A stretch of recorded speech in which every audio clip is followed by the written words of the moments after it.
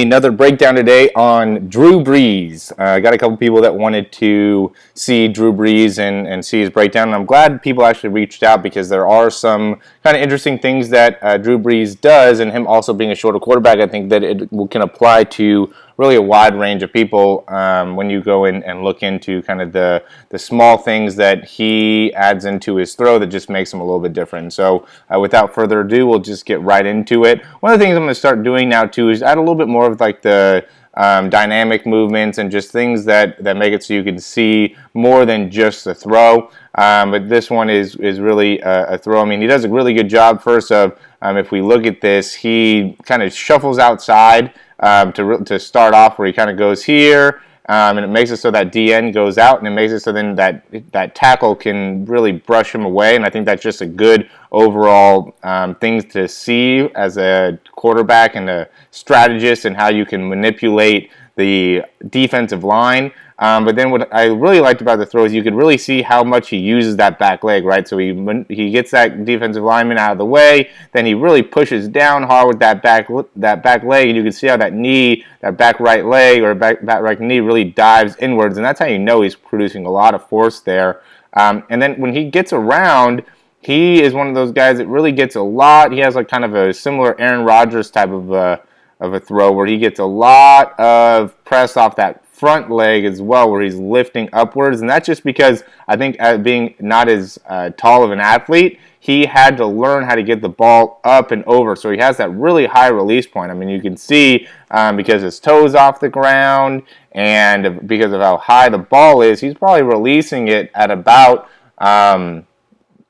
who knows, maybe 6'7" type of a thing. So now it would be really hard for a defender to get their hands in the way just because of how tall he stands up. And that's why I think that it would be a good thing for, the shorter athletes to be able to replicate. Because if you're a shorter, quarterback and you think that you're going to be able to throw in the NFL but don't have a lot of ability to get that height on the ball, you're going to end up struggling. And that's just kind of the reality of the situation. You got to be able to have that high release, or else the ball is going to get batted down. You also got to be able to see in between linemen. So here's another one where he does a good job of working the pocket. You can tell he's always keeping his feet moving, always making sure that he's setting up his linemen to hold their blocks and do a good job with their blocks. And so then he gets in the position where now he's going to throw. He takes a step. You can see he does that same thing with that back leg, where he's really pushing off that front leg. But what you could also see is he does a lot in getting the right shoulder to the left hip through again. And I've talked about this a few times, where it's really about that anterior oblique subsystem, where all the muscles from that right shoulder down to the left hip are working well. And what he does, he gets that left hip out of the way. He rotates that left hip all the way around, which means that he just has plenty of rotation within that hip, and then he also gets into extension as well. So it's kind of a combination of being able to press hard off that right leg, externally rotate well off that left leg, and also create a lot of force within his spine that really generates the power that he has during the throw.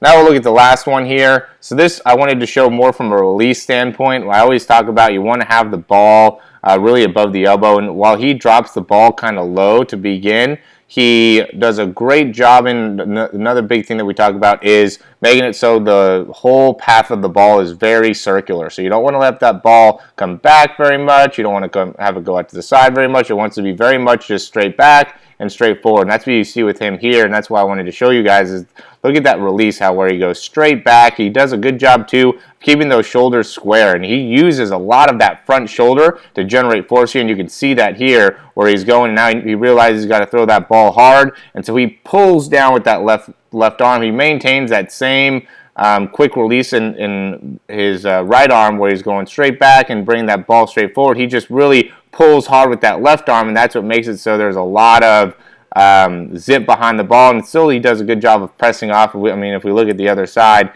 he still presses off the back leg fine. He kind of gets into a little bit of flexion within the spine, so he kind of leans forward a lot because he has to get rid of that ball really quickly, but he compensates for not being able to get as much of that big right leg push off by just getting that really good rotation within that front arm. So what I think the conclusion to be made there is that you want to have more than just one alternative in your throw. I mean, at the end of the day, the variability within the movement is going to be key in the success as a quarterback. You can't only be able to throw when you have a nice pocket and when you can set your feet all nicely. You want to be able to throw when you have deep balls, when you have a guy in your face, when you have all these different things going on around you, and your throwing mechanics wants to adapt accordingly. Another big thing is we need to make sure if you're anywhere from 5'10" to 6'2", that your release is high. And so as a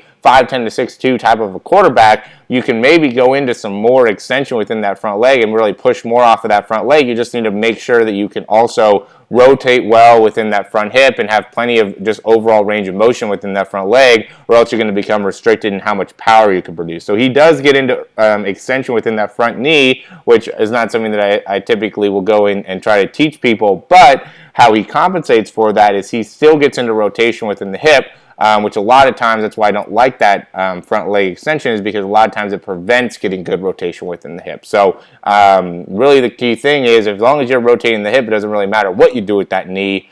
It just seems like when I'm teaching quarterbacks, that front leg not being able to rotate well really, front leg overextending really affects the ability of that hip to rotate well. So that's Drew Brees. That's what he brings to the table. If you want to see more about what we do in terms of teaching quarterbacks how to effectively throw the football, check out our website. We also do breakdowns from anywhere in the world. We get you all set up on a exercise regimen, things like that. And also, if you want to check out more throw breakdowns, our YouTube channel is filled with different breakdowns from different athletes. I think Drew Brees has a lot to bring to the table, but I'd recommend checking out Tom Brady, check out Aaron Rodgers, check out all the different guys and see what they bring to the table. Michael Vick's another good one as well. I think Michael Vick had some great power, some great force, and I think it's because of how he was able to create force. So thanks again for watching, and we'll see you again soon.